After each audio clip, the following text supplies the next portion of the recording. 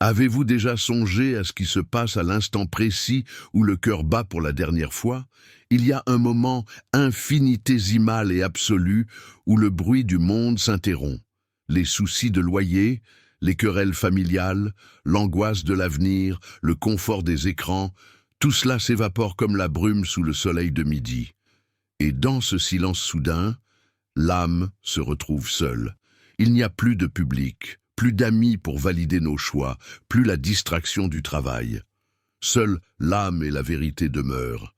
Saint Thomas d'Aquin, peut-être l'esprit le plus brillant que la chrétienté ait jamais connu, a sondé cet abîme. Il ne l'a pas fait avec le désir d'effrayer, mais avec la précision d'un médecin qui discerne une maladie fatale, là où le patient ne voit qu'une fatigue passagère. Il s'est demandé, avec la logique froide et la charité ardente d'un saint, quel est le destin de la plupart des âmes humaines? Et la réponse qu'il a trouvée, la réponse que l'Église a conservée non comme une menace, mais comme un avertissement d'amour, est que le chemin de la perdition n'est pas une route jonchée de monstres et de crimes odieux. C'est une route pavée de bonnes intentions, de demi-vérités, et surtout d'une négligence silencieuse que la plupart d'entre nous portent en nous sans s'en rendre compte. Aujourd'hui, nous allons arpenter cette route. Nous allons démonter les défenses que nous avons bâties pour nous sentir en sécurité et observer ce que Thomas d'Aquin appelait la véritable raison pour laquelle tant d'âmes se perdent. Ce n'est pas parce que Dieu est cruel, ce n'est pas parce que le ciel est exclusif, c'est parce qu'il existe une mécanique dans l'âme humaine, une loi gravitationnelle spirituelle que la plupart d'entre nous ignorent jusqu'à ce qu'il soit trop tard. Restez avec moi. Ce que nous allons explorer maintenant n'est pas seulement de la théologie, c'est la radiographie de votre propre vie. Commençons par une illusion qui imprègne notre époque. Nous vivons à une époque qui nous a convaincus que le mal est quelque chose d'extérieur à nous. Nous regardons les informations, nous voyons des guerres, nous voyons de la violence, nous voyons une corruption explicite et nous nous disons que nous ne sommes pas comme ça. Je suis une bonne personne, pensons-nous. Je ne tue pas, je ne vole pas, j'essaie d'être gentil avec mes voisins. Et basé sur cette bonté médiocre, nous créons une certitude confortable que le ciel est notre destination naturelle, presque automatique. Mais saint Thomas d'Aquin poserait une question inconfortable à cette sécurité illusoire. Êtes-vous en train de marcher vers Dieu ou êtes-vous simplement immobile, attendant que le courant vous porte au paradis? La vérité effrayante que Thomas nous enseigne est que le ciel n'est pas la destination par défaut de l'humanité déchue. Le ciel est une conquête de la grâce qui exige une réponse active. La perdition, en revanche, est le résultat de l'inertie. Imaginez un homme dans une barque à rames, au milieu d'une rivière au courant puissant qui l'entraîne vers une cascade. Pour se sauver, il doit ramer à contre-courant. S'il lâche les rames, s'il décide de se reposer, s'il se contente de ne rien faire de mal, le courant l'emportera vers l'abîme. Il n'a pas besoin de ramer vers la chute pour tomber, il lui suffit d'arrêter de ramer contre elle. Thomas d'Aquin voyait l'âme humaine de cette manière. La gravité du péché originel, les inclinations désordonnées que nous ressentons tous, nous tirent doucement, mais constamment, loin de Dieu. Et la raison pour laquelle la plupart risquent de se perdre n'est pas qu'ils ont décidé de ramer furieusement vers l'enfer. C'est parce qu'ils ont lâché les rames. Ils ont cru qu'être une bonne personne et inoffensive était suffisant, sans se rendre compte que la neutralité spirituelle est en réalité une dérive vers la mort. Thomas d'Aquin définit le péché mortel, cet état qui sépare l'âme de Dieu, non seulement comme un acte de méchanceté suprême, mais comme une aversion. Aversio ad Deo, conversio ad creaturam. L'éloignement de Dieu est le retour vers la créature. Et voici le secret que l'ennemi ne veut pas que vous perceviez. Cet échange se produit rarement de manière dramatique. Vous ne vous réveillez pas un mardi matin en décidant que vous haïssez le Créateur et que vous allez dédier votre vie aux ténèbres. Non, l'échange est bien plus subtil. C'est une question d'ordre des amours. C'est quand l'amour du confort, l'amour de la réputation, l'amour du plaisir, ou même l'amour pour une autre personne, occupe le trône qui appartient à Dieu. Pensez à votre vie maintenant. Pensez à ce qui, si cela vous était retiré, ferait perdre son sens à votre vie. Si cette chose n'est pas Dieu, alors, selon Aquin, votre âme est en danger, même si vous priez le Notre Père tous les soirs. La tragédie que Thomas a vue est que la plupart des gens ne rejettent pas Dieu directement. Ils le relèguent simplement au second plan. Ils en font un accessoire de leur vie, un consultant pour les moments de crise, mais non le roi de leur volonté. Et Dieu, dans son infinie dignité et son respect de notre liberté, n'accepte pas la seconde place. Il ne peut être un élément de votre liste de priorités, juste en dessous de la famille et juste au-dessus du travail. Il doit être le terreau où tout cela prend racine. Quand il n'est pas le centre, l'âme commence à se désintégrer, et cette désintégration est silencieuse. Aquin enseignait que le véritable danger réside dans la volonté. La volonté humaine est puissante. C'est le gouvernail du navire. Et ce qui dirige la volonté, c'est l'amour. Nous nous mouvons toujours vers ce que nous aimons. Le problème est que nous avons été faits pour l'infini, mais nous sommes entourés de choses finies qui brillent. L'argent brille. Le sexe brille. Le pouvoir brille. La reconnaissance brille. Et ces choses finies sont plus faciles à atteindre que le Dieu invisible. Alors, la volonté humaine, paresseuse et blessée, commence à se contenter de ce qui est à portée de main. Nous commençons à échanger l'héritage éternel contre un plat de lentilles, jour après jour. Et ici, nous abordons ce qui est peut-être la partie la plus terrifiante de l'analyse de saint Thomas, la formation de l'habitude. L'être humain est une créature d'habitude. Tout ce que nous faisons de manière répétée devient une partie de notre nature. Le premier péché, la première concession, peut générer du remords. Vous ressentez cette piqûre au cœur. Mais si vous ignorez cette piqûre et commettez l'acte à nouveau, la deuxième fois est plus facile. La troisième, encore plus. À la 100e fois, vous ne ressentez déjà plus rien. Que s'est-il passé? La loi a-t-elle changé? Dieu a-t-il changé? Non. Votre conscience a été cautérisée. Thomas explique que le vice est une mauvaise habitude opérative. Il devient une seconde nature. Beaucoup d'âmes, selon la vision thomiste, arrivent à la fin de leur vie non pas comme des rebelles au poing, serrés contre le ciel, mais comme des êtres pétrifiés dans leurs propres habitudes terrestres. Elles ont passé des décennies à entraîner leur cœur à aimer la poussière. Elles ont passé des années à affiner leur goût pour les choses d'ici-bas et à atrophier leur goût pour les choses d'en haut. Quand la mort arrive et que l'âme est séparée du corps, elle ne change pas magiquement. La mort n'est pas un lavage de voiture qui nettoie la saleté de l'âme. La mort est un révélateur qui fixe l'image. Si vous avez passé votre vie à vous aimer vous-même plus que Dieu au moment de la mort, ce choix devient éternel. Vous devenez pour toujours ce que vous avez choisi d'aimer. C'est pourquoi l'idée que Dieu est trop bon pour condamner quelqu'un est une mauvaise compréhension tant de la bonté de Dieu que de la liberté humaine. Thomas dirait que c'est précisément parce que Dieu est bon et juste qu'il respecte notre choix final. Si nous passons notre vie entière à dire à Dieu, par nos actions, « Je préfère ma manière, je préfère mes petits plaisirs, je préfère ma volonté à la tienne », Dieu, à la fin, ratifiera cette décision. L'enfer, dans la théologie d'Aquin, est le monument final à la liberté humaine. C'est Dieu disant « Que ta volonté soit faite ». Et pour l'âme qui n'a pas appris à aimer Dieu par-dessus tout, la présence de Dieu ne serait pas le paradis. Ce serait une torture. Imaginez une personne qui déteste la lumière étant forcée de regarder le soleil éternellement. Cela ne serait pas le ciel pour elle. Pour entrer au ciel, la structure de l'âme doit être compatible avec le ciel. Et cette compatibilité se construit maintenant sur terre à travers la charité et la grâce. Mais qu'est-ce qui empêche cette construction? Qu'est-ce qui fait que tant d'âmes Comment des personnes baptisées, des personnes qui vont à l'église, peuvent-elles glisser vers cette paralysie spirituelle? Thomas d'Aquin pointe du doigt un vice capital qui est souvent mal compris aujourd'hui, l'ascédie.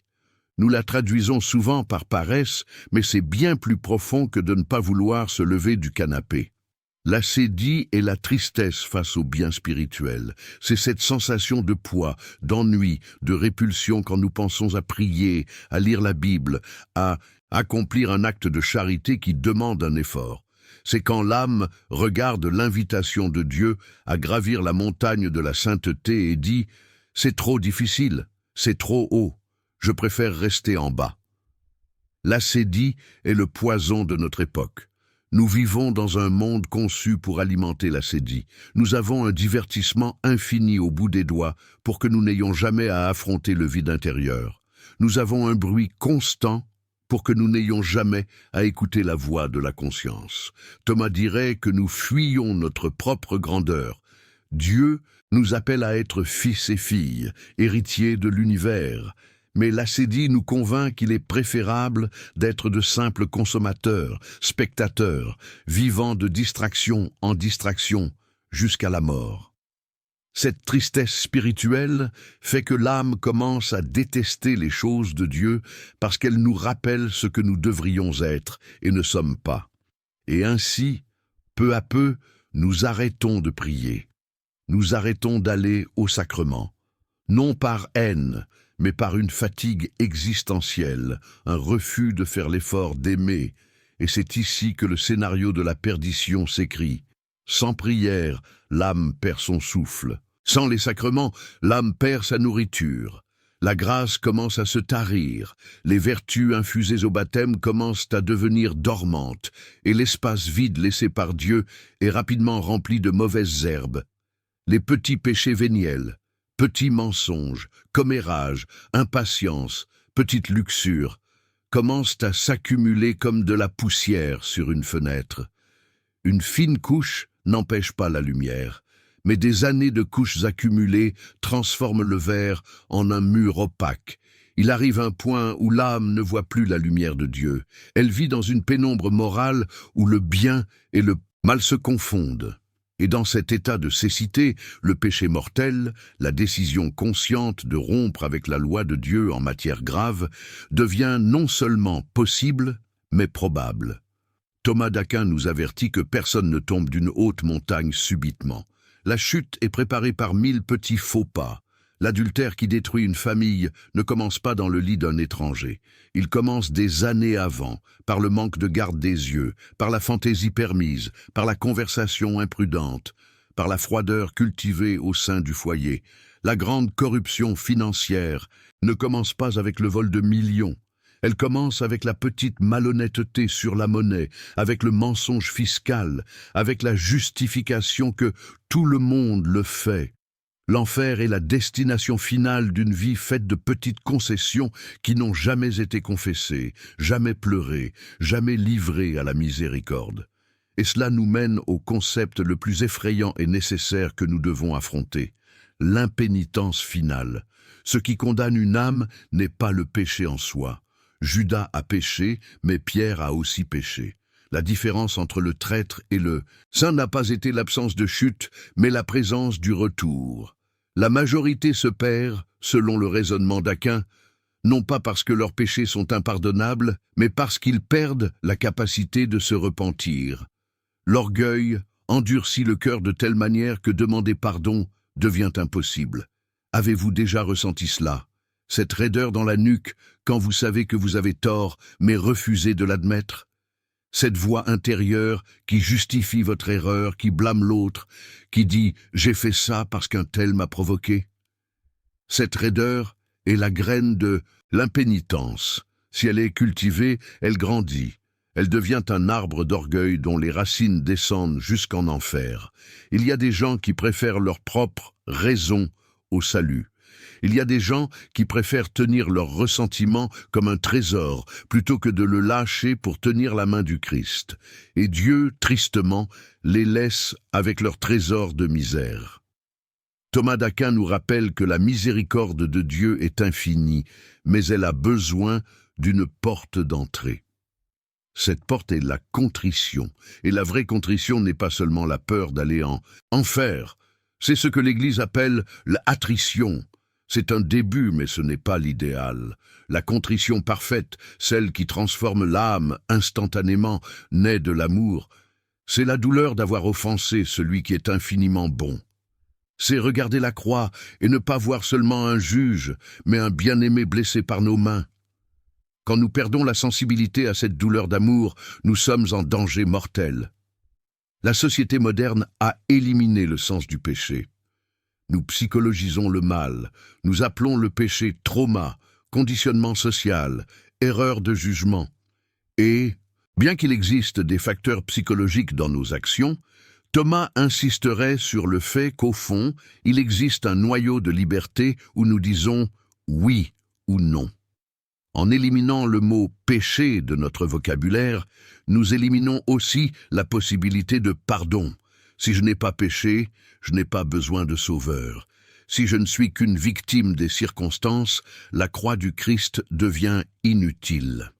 Et c'est le piège suprême, convaincre le patient qu'il est en bonne santé pendant que le cancer se propage. La plupart vont en enfer peut-être parce qu'ils ont cru qu'ils n'avaient pas besoin de guérison. Ils ont cru que être une bonne personne suffisait pour entrer à la fête des noces de l'agneau, sans réaliser que leurs vêtements étaient tachés et qu'ils ne se sont jamais souciés de les laver dans le sang du Christ. Mais nous ne sommes pas ici seulement pour diagnostiquer la maladie. Nous sommes ici pour offrir le remède, l'antidote que saint Thomas d'Aquin et toute la tradition de l'Église nous offrent. Si le diagnostic est la paralysie de la volonté et l'attachement aux créatures, la guérison est le mouvement violent et doux de la grâce. Et tout commence par la vertu qui est le fondement de toutes les autres, l'humilité. L'humilité est la vérité. C'est le courage de regarder dans le miroir de l'âme, sans les masques sociaux, et de dire « Je suis faible, je suis faillible, j'ai aimé de mauvaises choses, et je ne peux pas me sauver seul. » Ce moment de vérité vaut plus que 1000 ans de pénitences orgueilleuses. Quand l'âme s'humilie, la gravité de la grâce inverse le processus de chute. Dieu résiste aux orgueilleux, mais donne sa grâce aux humbles. Au moment où vous admettez votre pauvreté spirituelle, le Dieu qui a créé les galaxies s'incline pour combler votre vide. Aquin nous enseigne que la charité, l'amour surnaturel de Dieu, est la forme de toutes les vertus. Sans charité, rien ne vaut. Mais comment rallumer cet amour quand nous nous sentons froids, apathiques et distants?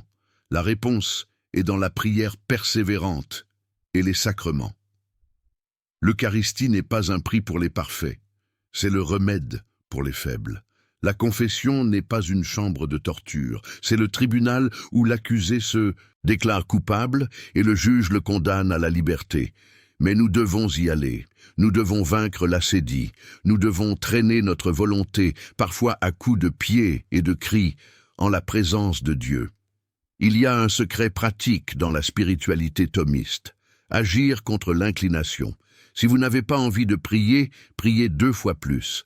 Si vous avez envie de garder votre argent, donnez une aumône généreuse. Si vous avez envie de critiquer, louez.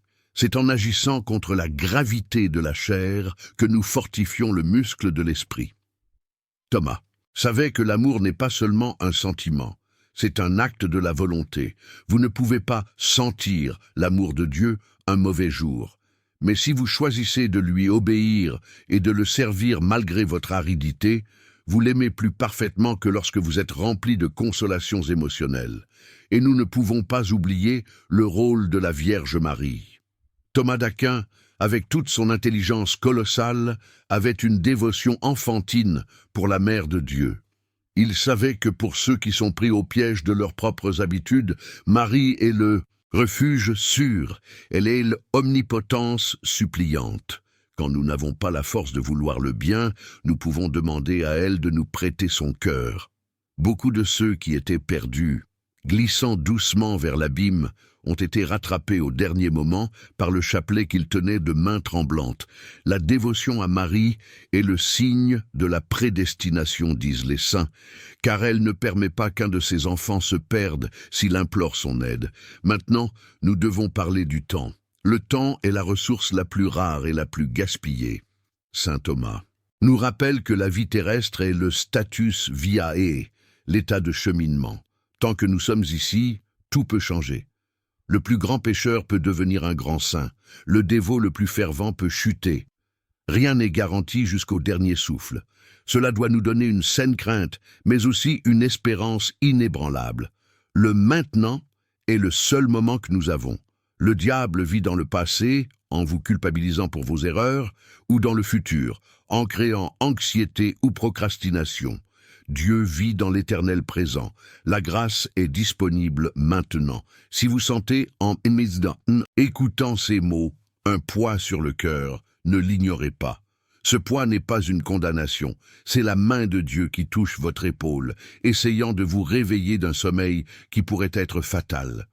Peut-être avez-vous passé des années à simplement exister spirituellement. Peut-être avez-vous fait de la religion une routine sociale et non une relation vitale. Peut-être avez-vous des péchés favoris que vous avez juré de ne jamais abandonner. Aujourd'hui, la théologie de Thomas d'Aquin vous invite à regarder le bout du chemin. Imaginez-vous sur votre lit de mort. Regardez en arrière la vie que vous avez aujourd'hui. Qu'est-ce qui importera à ce moment-là? Les heures passées sur les réseaux sociaux, l'opinion des voisins, l'argent accumulé? Ou importera-t-il la pureté de votre conscience, la quantité d'amour que vous avez déversé, la sincérité de vos genoux pliés? La raison pour laquelle la plupart se perdent est qu'ils vivent sans penser à la mort. Ils vivent comme s'ils avaient un temps infini pour se réconcilier avec Dieu. Mais Jésus nous a dit de veiller, car nous ne connaissons ni le jour ni l'heure. La mort vient comme un voleur, et le voleur n'envoie pas de préavis. La vraie sagesse, selon le docteur Angélique, est d'ordonner la vie présente à la lumière de la vie éternelle. C'est de se demander devant chaque décision, cela me rapproche-t-il ou m'éloigne-t-il de Dieu? Si nous nous habituons à poser cette question, nous commençons à changer la direction du navire. Le décalage peut n'être que d'un degré aujourd'hui, mais au fil des ans, ce degré nous mènera à un continent totalement différent. Si nous ajustons la route maintenant, si nous tournons le gouvernail vers l'étoile polaire qu'est le Christ, nous éviterons le naufrage qui attend les insouciants.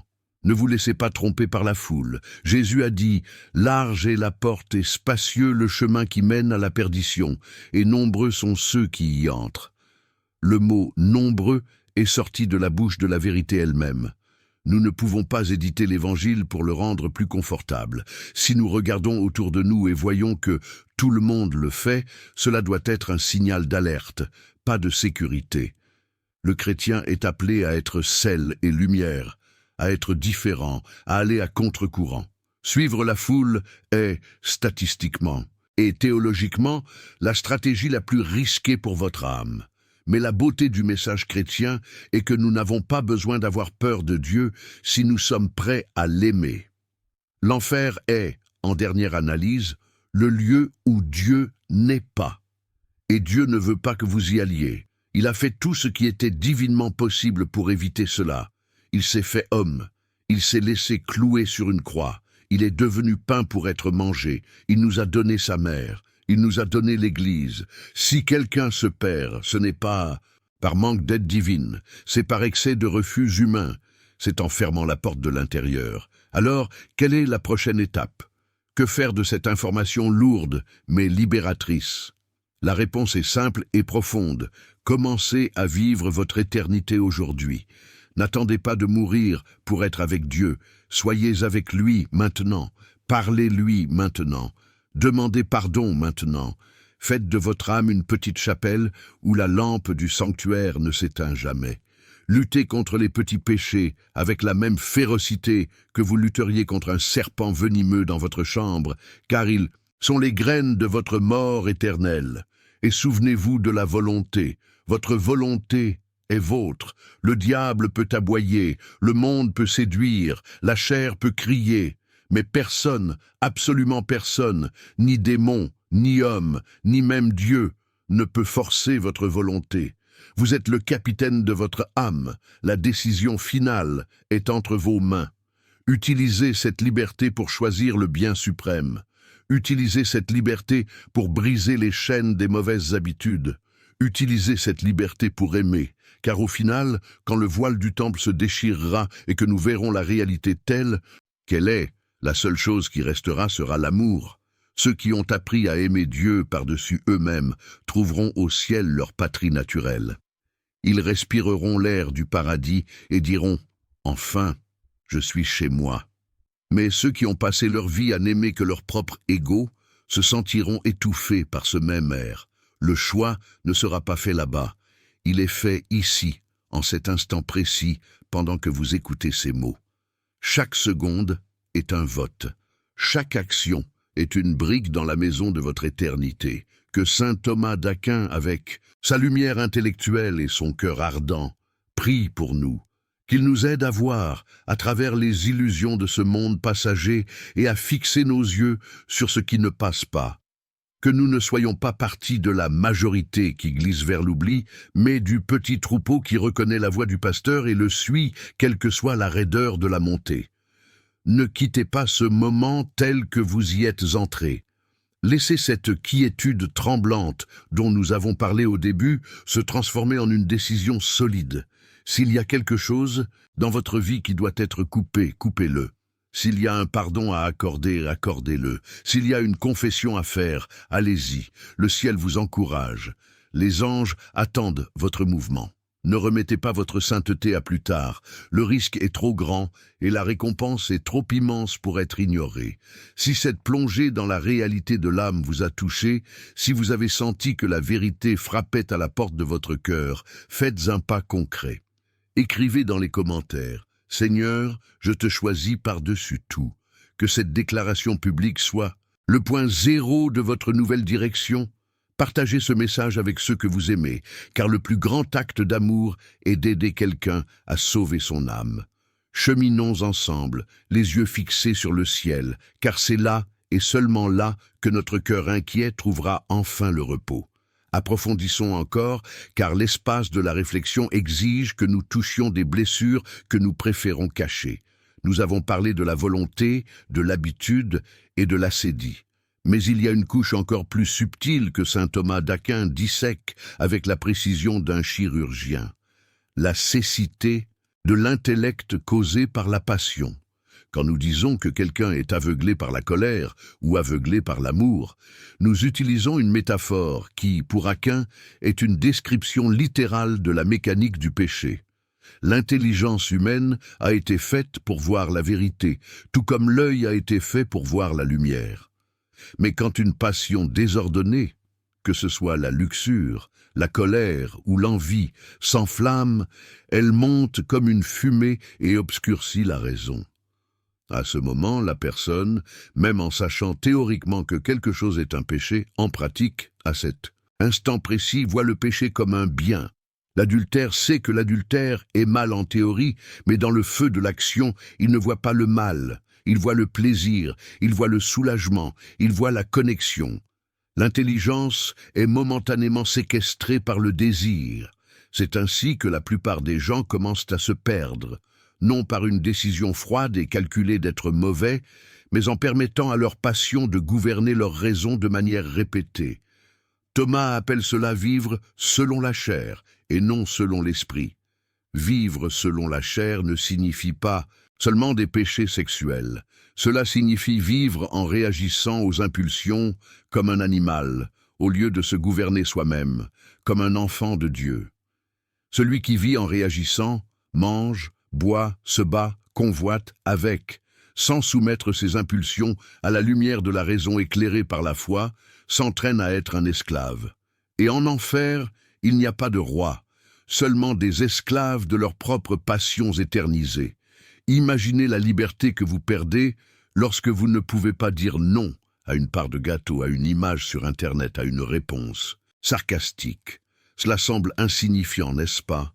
Mais si vous ne pouvez pas dire non dans les petites choses, comment direz-vous oui à Dieu lorsque le prix à payer sera votre réputation, votre emploi ou votre vie?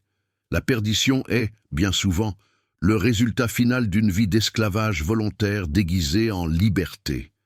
Le monde dit « fais ce que tu veux ». Thomas d'Aquin dit « fais ce que tu dois » et tu trouveras la liberté de vouloir ce qui est bon. Et il y a un autre aspect crucial, l'ingratitude. Thomas d'Aquin voit l'ingratitude comme un vent sec qui tarit la source de la miséricorde. Dieu nous donne l'être, la vie, l'air, l'intelligence et la rédemption elle-même. Quand nous vivons sans remercier, quand nous traitons les dons de Dieu comme des droits acquis, nous commençons à nous enfermer dans une bulle d'autosuffisance. La personne ingrate pense qu'elle ne doit rien à personne, pas même à Dieu, et celui qui pense ne rien devoir ne demande pas pardon. L'ingrat marche vers l'enfer la tête haute, convaincu que l'univers lui doit quelque chose.